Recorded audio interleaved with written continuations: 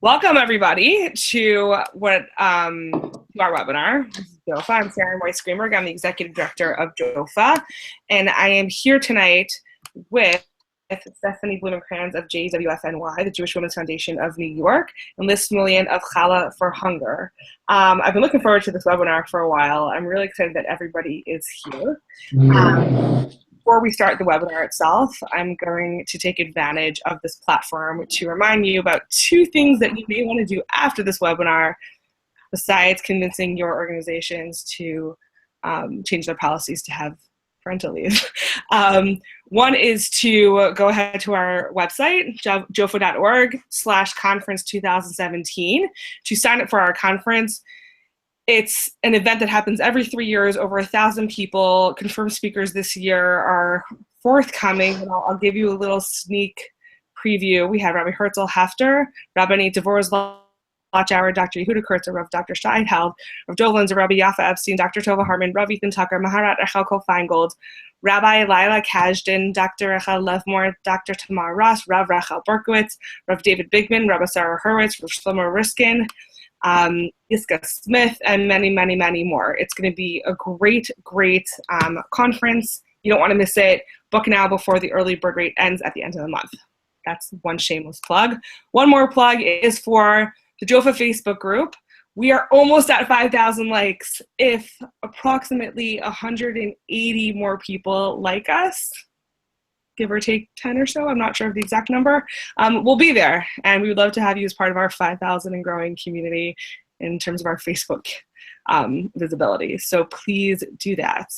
So we're here tonight to talk about parental leave. And it's interesting, the way that this webinar came about was I was simply reading the news, and I noticed this headline.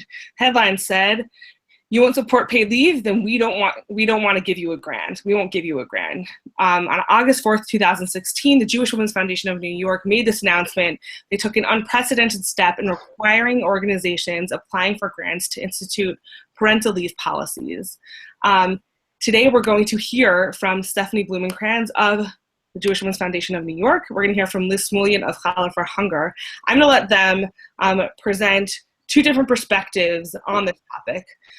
Stephanie is going to share how a foundation made this decision as a way to advocate for other organizations to adopt parental leave policies, which is fairly, it may, not fairly new, it may be, I don't know of any other foundation that's done anything like that.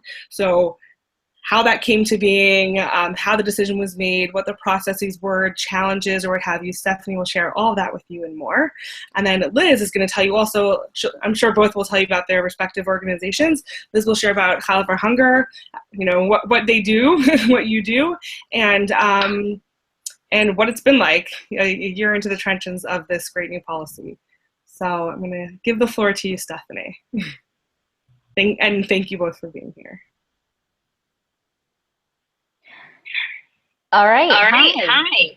Can you hear me okay? Yes, we can.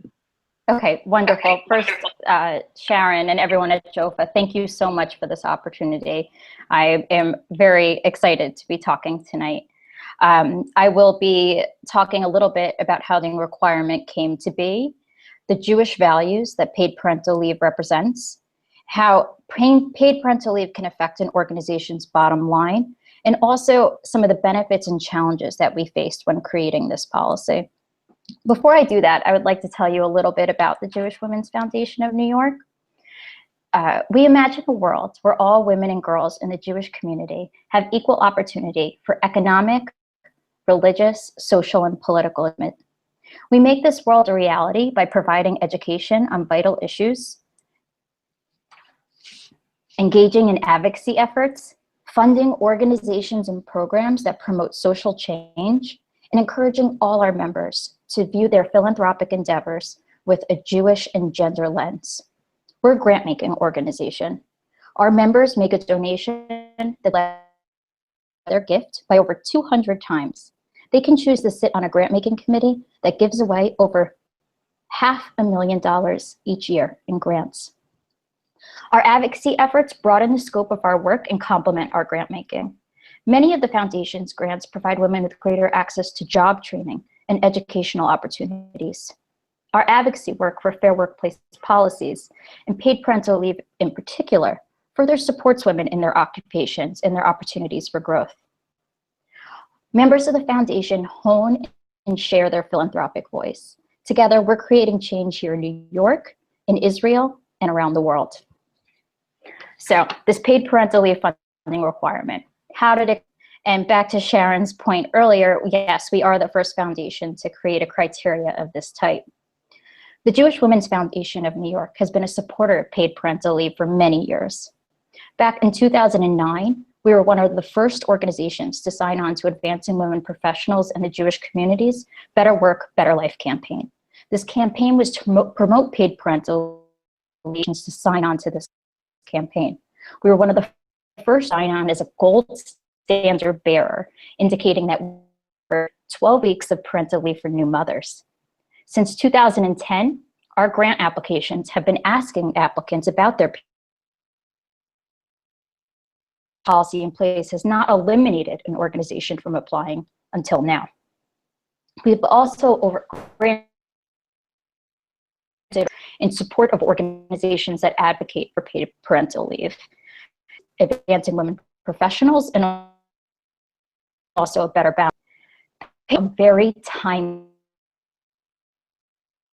issue from professors last year. It urged all of us in the Jewish community to take a greater stand on work. Last year, to start creating paid parental leave policy so that he would help make this happen. But this isn't happening soon enough. Setting to our members, how could we be such paid parental leave yet still fund organizations that weren't providing necessary resource for their own employees? Remember, Julie's stake in the ground. This is important in organization. And then advocacy chair got the policy. But before we brought this to the advocacy committee, I did a good amount. I researched our New York metropolitan grants. These that impact of the 21 organizations that have received these grants, only 4 didn't have paid supporting organizations that had the policies in place.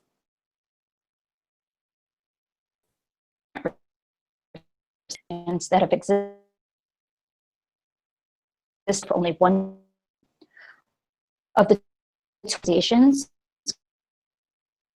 grant.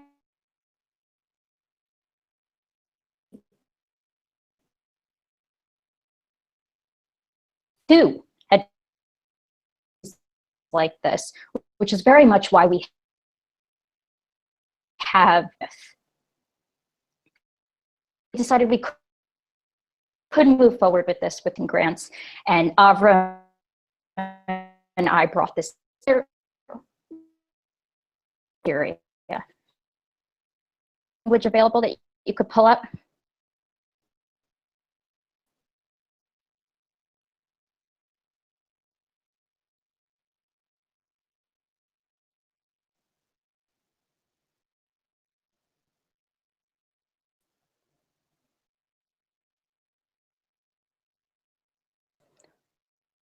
Thank you. So I don't know if you can all of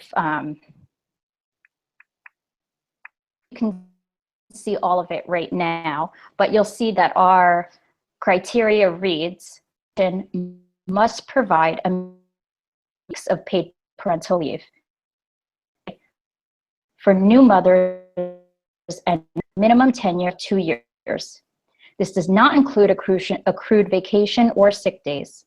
However, employees can apply disability insurance to tolerate.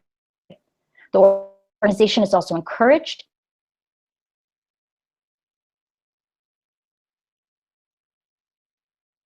to care for a sick family member. Continue to scroll down, you'll see for employers who are considering parental leave policies. This was important for us to do because if organizations don't have policies in place, we wanted to show them people they could contact, best practices, and other sample policies so that they knew that this was possible and something they do. We'll have both the language of the criteria and these resources available to you after the webinar. I'm proud to say that our board approved the eligibility requirement that we just June, and it went into effect this current grant cycle, which started in the very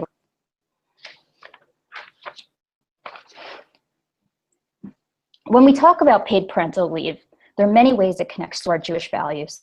And right now, I'd like to tell you 3 of those ways. First, our tradition encourages us to have children. So the organizations that provide paid parental leave to their employees become much more than just places where we work. They become partners with us in our life and in this very important obligation. Second, caring for the health of the community is so important to the Jewish tradition that Maimonides, the 12th century philosopher, lists healthcare as the #1 most important service a community should provide its citizens. He lists 10 services, and again, healthcare is #1. Paid parental leave, if not anything else, is a healthcare issue. It occurs at such an important time for a family, and at the very beginning of a baby's life. It decreases the number of sick days parents take, the number of times a baby will be sick. It decreases infant mortality rates and also promotes very essential bonding. Lastly, Pirkei Avot. Upon 3 things the world stands: worship and on deeds of loving kindness. Each promotes family, continuity, and caring for one another. Judaism embodies the values of paid parental leave so much. I know parental leave can affect an organization's bottom line. Paid parental leave benefits employers and entire tool that works to both improve their bottom line and provide their employees with a very necessary resource. According to research,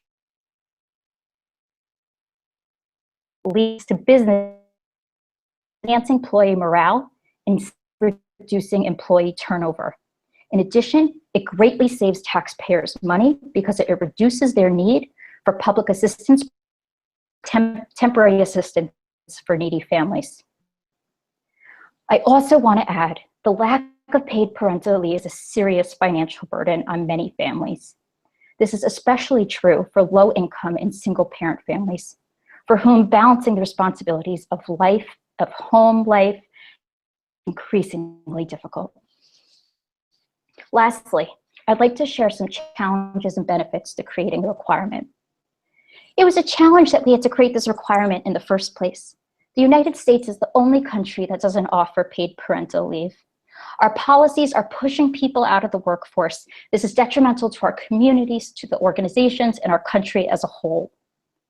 Another challenge we're facing is that many organizations in the Jewish community provide women, or the primary caregiver, 4 or more weeks of paid parental leave, yet very few organizations we're finding provide that same level of parental leave for the non-primary caregiver, which is very often the father. So in order to meet our requirements, both the primary and non-primary have at least 4 weeks paid parental leave. That brings me directly to a benefit of doing this was that we got to create the wording of the parental wanted it here that both parents, regardless of their gender, had to have at least 4 weeks paid parental leave. This is because in order to eliminate gender stereotypes, men, women, people of all genders have to have equal responsibilities both at home and in the office. I would like to end with creating this requirement demonstrated the power that we actually have to create change as a foundation. One organization already improved their parental leave policy to meet our requirement, and 5 right now are in talks with their boards about either improving or creating a policy that meets our requirement. It's very exciting. I look forward to answering any questions you have. Sharon, JWFNY, thank you again. And thank you to all of you for listening. Thank you so much. Yeah, I mean, it's sort of exciting to hear these sort of other end. I think a lot of times a place like JWFNY, obviously we are an, oh, I have to, because we did the screen share, we are an advocacy organization, and, you know, that's what we do, I think. But to be effective in making change happen, we have to think about how everyone's sitting from different areas of life and different types of stakeholders with different types of leverage and ability and access, how we can all make change. And the fact that a foundation is setting a new bar and a new path and a new way to make changes is a huge way, I think, of making a great name for the Jewish people. So it's exciting. We're definitely have questions for you. I think what we're going to do now is transition to Liz Smulian, who's going to tell us a bit about Challah for Hunger and her role there, and other people's roles there, and why she, not to say that we're not thrilled to have Liz tonight, but you know, it's the policy in action. So welcome, thank you for being here, and the floor is yours. Beautiful. Well, thank you again, Sharon, for having me here, and also thank you to Stephanie for sharing more about your story and for being a leader in this, and also for supporting Challah for Hunger. It's an amazing culture shift in a lot of ways, and an amazing of the different organizations that are represented on this call. So thank you for having us to talk a little bit about our story in implementing a policy for an organization that's fairly small. So let me take a step back and talk a little bit about what Challah for Hunger is and what my role is there. So I'm the board chair of Challah for Hunger, and I have served on the staff previously, but I started out as a volunteer there, actually, while I was a student at Emory University. I worked with the chapter there for a long time, so my history goes way back with Challah for Hunger. But Challah for Hunger, our mission is to bring people together to bake and sell challah and raise funds for social justice causes. So we make a difference in a lot of different ways. We're talking about entrepreneurism, we're talking about community building, we're talking about social activism, we're talking about raising funds and philanthropy, and how the power of our network, which is more than 80 chapters now, has an incredible ability to make a difference both in activism ways, in sharing information about hunger and hunger relief, but also in ways to build communities and bring people together just to simply stand around a table, Jewish students and non-Jewish students, and bake challah and share in an ancient tradition. So it was started, the organization, in 2004, actually, by a student at Scripps College in the Claremont colleges. And her name was Ellie Winkleman, and she missed baking challah with her family. And she also wanted to raise funds for hunger relief and humanitarian organizations in Darfur at the time. This was 2004. And so she just started bringing together her friends to bake challah. And while the dough was rising, they would write letters to elected officials, and then they would sell the dough once it was baked on campus and share statistics about what was happening in Darfur, share statistics about what was happening locally with hunger in their own backyards, in their own communities. And with the funds that they raised from selling the challah, they would make a donation. Either 50% of the proceeds would go towards the American Jewish World Service in Sudan, and 50% of the proceeds would go to a local organization that the students decided that they wanted to allocate their funds to that semester. So the idea was really organic, and it spread organically from campus to campus very, very quickly, just by word of mouth. And so today, like I mentioned, there's more than 80 chapters in 4 different countries, actually. And that represents a very powerful network. And we have raised almost $1 million now for different social justice organizations. And our partner now is Mazon, relief organization working here nationally to raise awareness of hunger in America. And so that's our history, a little bit about our history. But the organization largely is founded on founded on our volunteers. We have an incredible volunteer network and a very small staff. The chapters themselves are incredibly self-sufficient and have their own leadership structures and make their own destinies day to day based on what works best for their campuses. But we do have a small staff of 3 full-time staff people and a few part-time staff people as well to help support the work of the chapters. And so Challah for Hunger officially became a nonprofit, a 501c3 in 2009.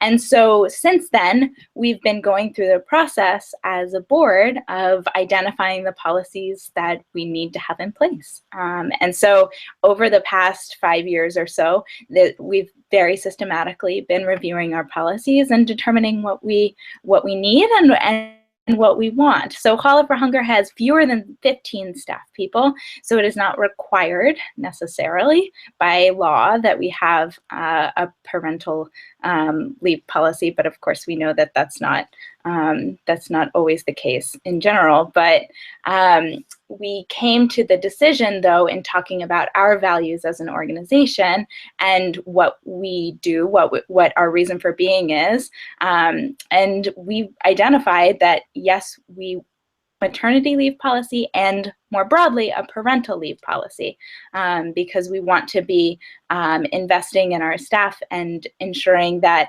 our organization is equitable in every layer. And so we worked to identify both the executive committee of the board and Carly Zimmerman, our CEO, worked very hard to review policies that aligned with our values, were for organizations that were similar size as Challah for Hunger. And we used Advancing Women Professionals a lot for that research.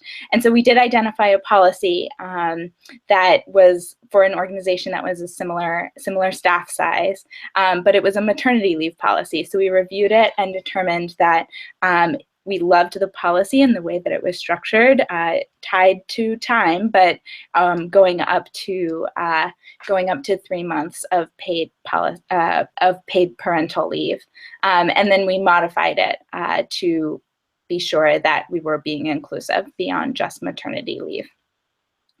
And so then from there, the executive committee worked to fine-tune the details of the policy and make sure that our other time off policy aligned with what the parental leave policy was outlining. And we had a lawyer on the board review the policy as well. And so once all of that was formalized, we presented the full rationale to the full board for a vote.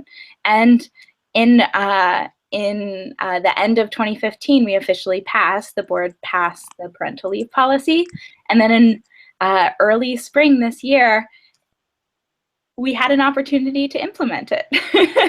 So our CEO has welcomed a baby girl, Nora B, into the world about a month and a half ago now. And so we identified in March that it was time to implement the policy. And so we were both grateful that we had the policy in place, and also that we're able to have a good amount of time to plan for this as well. So we did actually put a fair number of resources into planning for Carly's leave. So we worked specifically with a parental leave coach. The organization that she works for, Caroline, is called Mama Said, and she helped walk us through specifically some of the resources, some of the questions we should be asking, some of the resources we should be looking to, and really helped guide us through as a board and a staff what we could expect.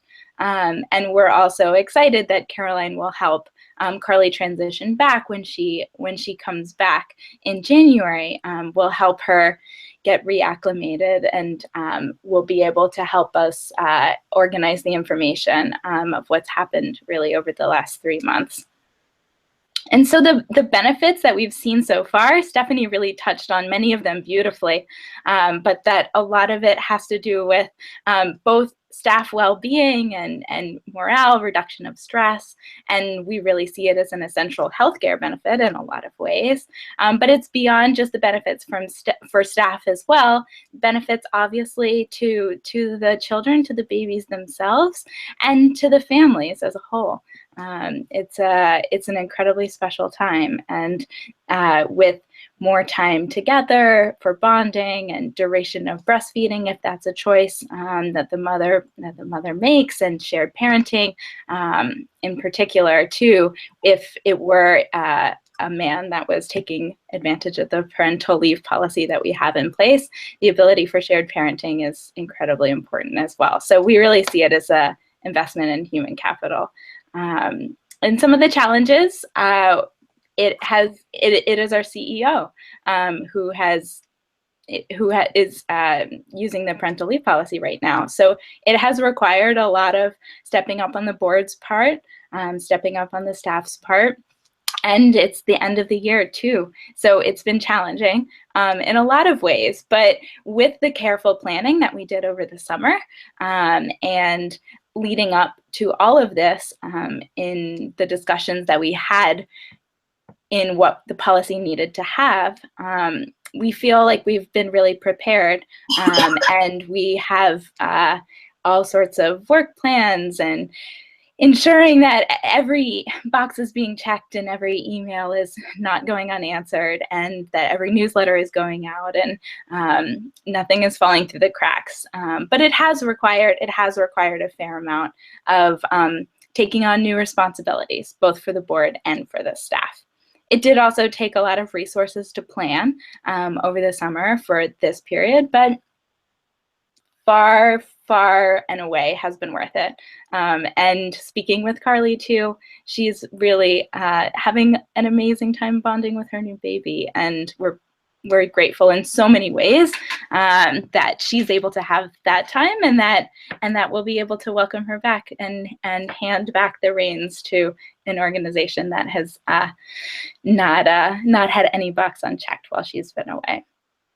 So I guess my advice overall is to involve everyone in the organization in planning for parental leave, leading up to it, and overall that it's doable, and with good conversation and the resources, and for example that Stephanie has put together and the foundation has put together, to rely on resources that others have carefully outlined, and other policies that organizations have implemented, because not all of it has to be created from scratch yourself. There's an amazing amount of resources out there. And then above all, I would also say talk to other organizations. I'm always happy to be a resource, and I know that there are many other organizations as well that are having these discussions. So talk with peer organizations and learn from each other, because I think that there's real power in that. So with that, I will hand it back to Sharon. But thank you again for allowing me to share a little bit, and I'm always happy to be available for questions both now and later. Excellent. Thank you so much. I'm just an echo now. Okay. So as you've been speaking, questions have been coming in. So I'm just gonna ask them not totally in the order that they came in, but the order that to me makes sense asking them. I'm gonna start with a question for you, Liz. How do you plan for a CEO leaving? You know, did you give certain responsibilities? Did you divide the types of responsibilities to different people? Was there a difference between a staff member getting a certain responsibility or a leader? And how did that work? Yeah, so I would say the first step was Carly very carefully went through and examined her weekly routines and her responsibilities, because they changed a little bit since the job description was written, as tends to happen. So she very carefully went through and listed out what her day-to-day was every day.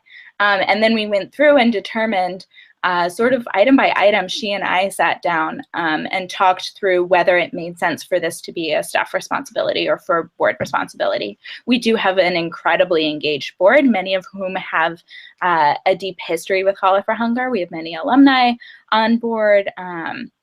And also we have student board members who are serving as well. So the tasks did sort of naturally fit into different categories. The board took on a lot more fundraising responsibilities and a lot of the governance roles in terms of submitting our 990 and making sure that all of our end of year stuff was squared away. In terms of signing checks while our CEO is away, our treasurer stepped up to do that. We also have a board who is scattered all around the US. So there are several, Challah for Hunger is based in Philadelphia. There are several board members who are based in Philadelphia, and all of our staff is also, all of the full-time staff is based in Philadelphia as well. So that was a consideration of what can happen remotely versus what needs to happen in Philadelphia to figure out exactly what responsibilities fell where. And then the staff did as well spend a lot of time in training with Carly leading up to it, making sure that all the responsibilities were clear. And I also have been a resource throughout the leave so far for questions. And Carly also, even though she is on leave, we sort of have a when to call Carly list, which hasn't happened yet, thankfully. But there is an understanding that if we needed to reach out, she was there. The Challah emergency. She's there. Yeah. May there never be one. Amazing. Okay, so this next question could go to either you or both of you. What questions were asked to make the transition that one may not come up with logically? So an example would be like, everyone sort of would figure out, well, who's going to answer the emails, or who's going to, what are the things that wouldn't seem obvious that might help make the transition easier or just worth people knowing in terms of thinking through how to actually implement parental leave policies? Mm-hmm. So I'll answer at once. Stephanie? So I've heard actually from Liz and Carly just how great the consultant was who worked with you, that woman Mama Knows. And it sounds like she really made it clear. And having worked at an organization where my previous supervisor has taken off on parental leave, some things, it's really exciting when you're there and you get to take on new responsibilities because your superior's not there. And you learn a lot about the organization and about what happens in some inner workings. And it's a great opportunity for those times that it's not sure who should take on what. It's a great opportunity for those employees to do what they can and take, and I'm sure it will be done very, very well. So that's always a good thing. But Liz?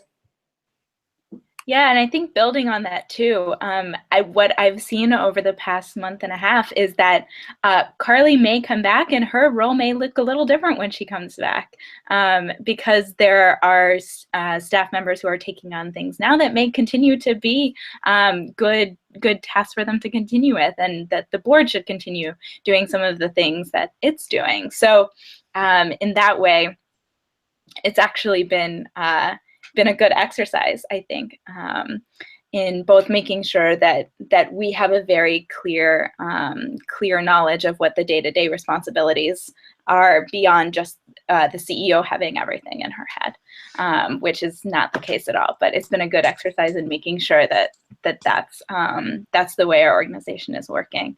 I would say too, like I mentioned before, having whomever is taking the leave about what the responsibilities are on a weekly basis, from the answering of the emails to being the last one to turn out the lights when they leave. Thinking about those little details in as much detail as possible is really helpful. And like Stephanie said, working with Caroline at Mama Said was really helpful to have her prompt us to think about that. So whether it's working with a consultant or talking with other organizations that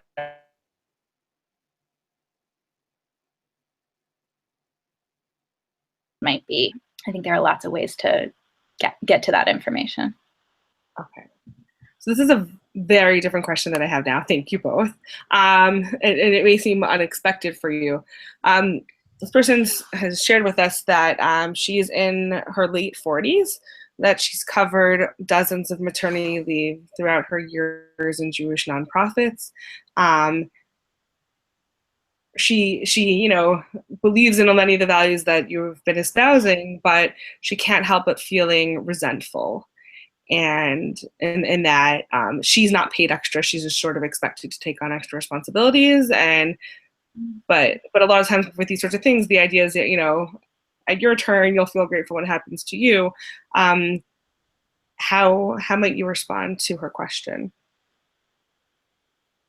I guess I'll go first on this one. It takes a lot of careful planning and intervention. The majority of the work should not fall on one single individual.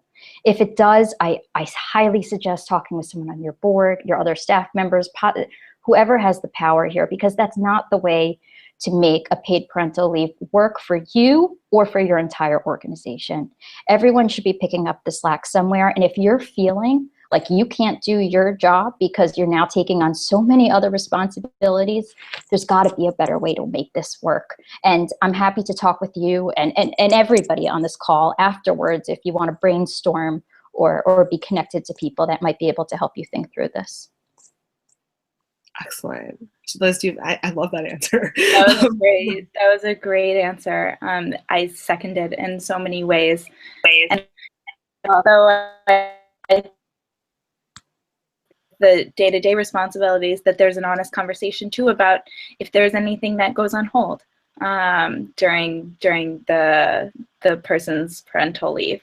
Not everything goes 100% full steam ahead, and there are some things that just are a little bit quieter until that person returns. So everything that Stephanie said too, I agree with, but there's a balance to be had, and if it doesn't feel like the balance is right, then there should be a mechanism in place to express that and problem solve. Excellent. Okay, that was great. I was nervous to ask the question, but you guys handled it well. Okay, to transition, so this comes up often when it comes to Jewish schools. And what's interesting, specifically in the Orthodox community, this was years ago, well before I was in the stage of having children. I asked the Lookstein Jewish Education Listserv and other listservs what maternity leaves, and not even paternity or parental, but just what maternity leaves policies the schools have. Most of them said the policy was to file for disability.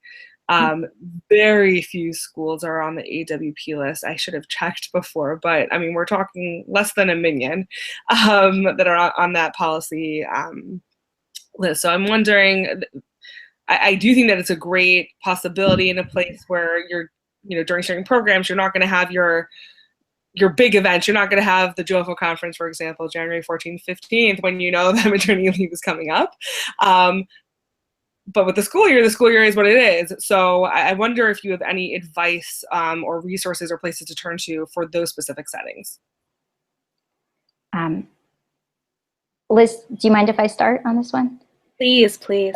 Okay, I cannot emphasize how important it is to have parental leave in day schools, not only because it's providing these teachers with a necessary resource, but because it shows the children at such a young age that paid parental leave is important and that it's something they can grow up and have excellent lives, both in the workplace and at home, and do what they need to do. It's not surprising, though, that we're not seeing it in day schools, unfortunately. If you look at the immediate cost of paid parental leave, and if you look at just 3 months, you'll see the bottom line go down. Unless you're looking at if you're looking 2 to 3 years, you'll see it evens out or possibly the bottom line increases. But if you're just looking at that year, the day school is not going to see the benefits right away. They very often have to hire another teacher. Hello? Do you want to explain high. Do you want to explain the long-term benefit, like how the 2 to 3 months looks like you're at a loss, but long-term? Sure, definitely. So once you have someone out for 2 to 3 months and you're paying them, and especially in a school setting, they'll have to hire somebody to come in and fill that position. They can't have an empty classroom. So it will look, for those 3 months, the costs went up, because in fact they did. But that teacher will come back, and that teacher will be loyal. And that teacher will look at that school as a partner for them, with their family and with their life, and will care much more about his or her job. So because of all I said earlier about not needing as many public assistance resources, the bottom line doesn't stay down, it goes up. And this has been shown in the 5 states that already have parental leave policies in place. There has been study after study, only positive things taking place at organizations, including schools. Excellent. Liz, I don't know if you have any. Yeah, I don't think I have anything to add other than to reinforce the point again, that seeing the employing organization as a partner is a really important environment to create. So let me ask specifically about paternity leave, and we touched upon this a little bit, but I wonder, have you ever encountered that it's easier to I'm going to use the language of persuade an organization to implement maternity leave policies? And what are specific arguments that are made against creating parental leave policies, and how would you effectively address those for people who may not share your values or may not care as much? Sure. So first, when you look at maternity leave and FMLA, women went on disability. The reason they went on disability is because they physically had a child. They needed time to recover. You can't use that with the father or the person who's not having the baby. So it may not come as naturally to somebody, but if you look at the issues that we're facing right now between people of different genders, we have such gender inequality, whether it's our finances, not our finances, but in terms of how we're paid, how we're treated, what's expected of us. The only way we are going to have gender equality is if we break down those barriers.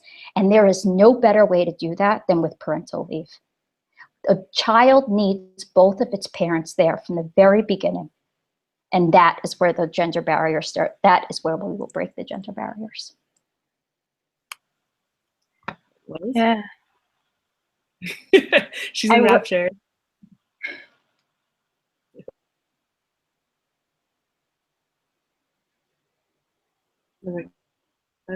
Oh, it just froze for a second. I'm back. Did you want to add anything? I think what I would add is that for a lot of organizations where this is the first time that they're having the conversation, where they're going out and doing that environmental scan of what other policies exist, a lot of the resources that you do come across are maternity leave resources. So it does require, I think if you're researching what's out there, someone to say parental leave is critical and make the case that Stephanie just made, because a lot of the resources that are out there and the sample policies and what peer organizations may have implemented are maternity leave policies, because of how the FMLA and everything else is written currently. I also think it's interesting when we think about LGBTQ community members. A parental leave policy is far more inclusive. When you think about people who are parents as single parents, in or out of marriage, it could be through in vitro fertilization or through adoption. You don't have to have gone through a C-section or a vaginal delivery in order to qualify to spend time with your child. And I think that that's important. I don't think you should have had to go through that. So I think that it accomplishes many goals in terms of an equalizer and equity. So yeah, hopefully that will help out for whoever's trying to make that argument. I'm going to ask Stephanie about the method that your organization is going about in trying to affect change, and how, and if you could speak to philanthropists or other like organizations or foundations, any sort of guidance into why they can be effective change makers in this department, and ways to convince boards or donors or what have you that this is a smart way to move forward. Yes, thank you. Foundations want to create change. We have conferences about it, how to create change, and let me say, it's with the organizations we're funding, it's so much easier to create change than with ones that we're not working with. And I can only encourage other foundations to do this, and because they will see a difference, and they'll show their community, not only will they see change, but they'll show the community what they stand for. And it also can't just be foundations, though. This has to be a piece of it. We're not doing this as a means within itself. It's a means to an end. We want to see change everywhere. We want to see change at the government level. We want to see change at the organizational level. This is not just a call to other foundations. This is a call to the Jewish community and the community at large, that change needs to happen. And regardless of where you are, regardless if you're at a foundation, an employer, an employee, a government official, this has to speak to you in some way, and we're asking you to step up. I love it. So how do people step up? What can they do? Is it writing? Is it how they vote? Is it calling up their senators and congresswomen and men? Is it having conversations? What do you think could be? All of you love. Is there anything in particular that you did or that you've seen other organizations do to convince people that this is the best way to move forward? So there's different ways someone can stand up. I've seen an employee really get camaraderie around her or his organization about developing paid parental leave, talking to others, talking to their boss, showing them that it's possible. It really, all you need is one employee at an organization who can show the numbers and show in their head what it looks like and the powerful benefits, and everyone will hopefully agree. But that's what it takes, that one person. If you're an employer, become knowledgeable. Know this issue, know the benefits, know what's not going well, know what the downfalls might be from doing this, but be educated. This is too important to just let it go by the wayside. If you're a strong advocate in your community, what are the policies in your state or your city? Please find out. Do you think they're adequate? If not, speak up. I assure you there's a local coalition, a local organization fighting for better policies or ones that are different that already exist. They need you. They need your voice. And if you're someone and I didn't say a way you can step up, please contact me and we can figure it out together. Awesome. Liz. Yeah. And I'll add to that if you are an organization who has implemented it, it's an important role as well to speak out about how you can be successful, and what the benefits are from that perspective, and serve as a resource. Share widely, open source, what resources you used, what policies you use to help craft yours, what resources you use to help craft your policy, to help other organizations who may not know where to start, may be convinced that it's the greatest benefit, but the how escapes them. So, yeah. Excellent. Okay, so I think that there's a slew of research and data to support why this is move forward. It's not only right for the parents, it's also right for the organization, it's also better for society, that it's better for the children.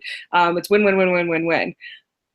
I wonder if either of you have a story of or an anecdote that's reflective of this sort of data. If you could think of a moment where you thought, we got it, like this is why we did this and this is why we put that effort in, and now I see the fruits of the labor that went into labor is a good word for this conversation, that went into making this policy happen. I'll go first. So on a professional level, seeing the organizations and the employees when they saw that this policy came into effect and that they now had a reason almost to bring it up to their board again to either enact the policy or improve it. I saw the excitement in their voice. And for me, that was just so powerful. And that was, it gave them that, it gave them that extra, something they could show their board. This is important. We need to do this. And to see that was really something. And also personally, I have had family members who have not had paid parental leave. And once you have, and I have seen firsthand, too close, what that means for the baby, for the family. And that, more than anything, has shown me the importance of paid parental leave. I can't even fully describe how different the situation was because of paid parental leave, but it showed me just the powerful difference it can make on an entire family. Thank you. Liz? I think I have a few different stories. I guess my day job, which I didn't share anything about, is that I work at the University of Wisconsin-Madison as a researcher in the OBGYN department.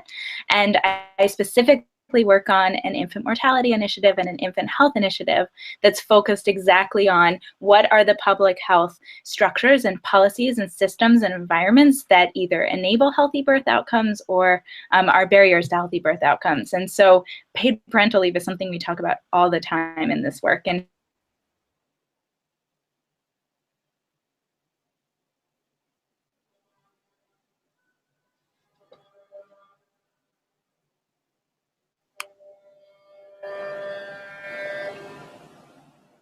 And so, am I back?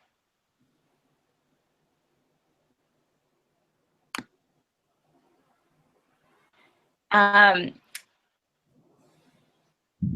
doing that work on a day-to-day basis, and I know this organization that I'm a part of on the board has implemented this policy that makes me professionally very proud that this organization has really taken to heart what the that are going to be supportive of our staff members. And we do see, just because of the nature of the work, exactly as Stephanie shared her story, the real challenges that arise when these policies are not in place and the real detriment that can have on families.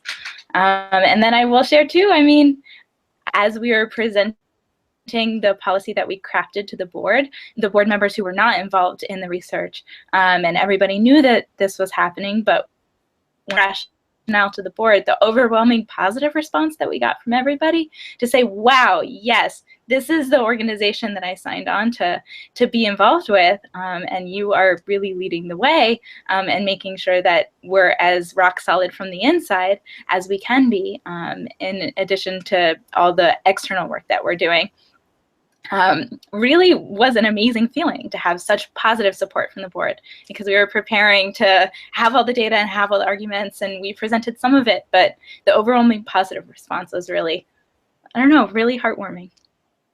Can I just add, Liz, hearing you talk has made me so proud, and really for Challah for Hunger and for the foundation that you've been awarded 2 startup grants, and the fact that we were funding you during this time when you had this parental leave. It really, it means a lot. It's very special for us. Thank you. Thank you. And also seeing the op-ed that you wrote was an incredible feeling as well, to see that these organizations that are supporting us and that are our peers in so many ways are really being leaders in being able to affect this change. We're a small organization, and we can share our story as widely as possible, but we are a small organization, and the change that you're leading in a lot of ways by setting a high bar and a high standard and sharing the information so publicly is really amazing. Thank you. I'm feeling the love. So I'm gonna ask one final question, and with that question you can also share any sort of final thoughts. I say that, I would say that what you can do if you're watching this is share this webinar, share it with your place of work, with your colleagues, with your friends, with your networks, with your families, with your congressmen, with your senators, with your anyone who you could think of who you think could use this message and might know of other people to share this message with. If we keep on sharing the webinar, keep on sharing the resources, the ideas, we can affect change all over. So my final question for you is, if you could go back in time to 2015 today, what would you tell yourself? What's some sort of lessons that you learned that if someone's embarking on this journey that might be valuable?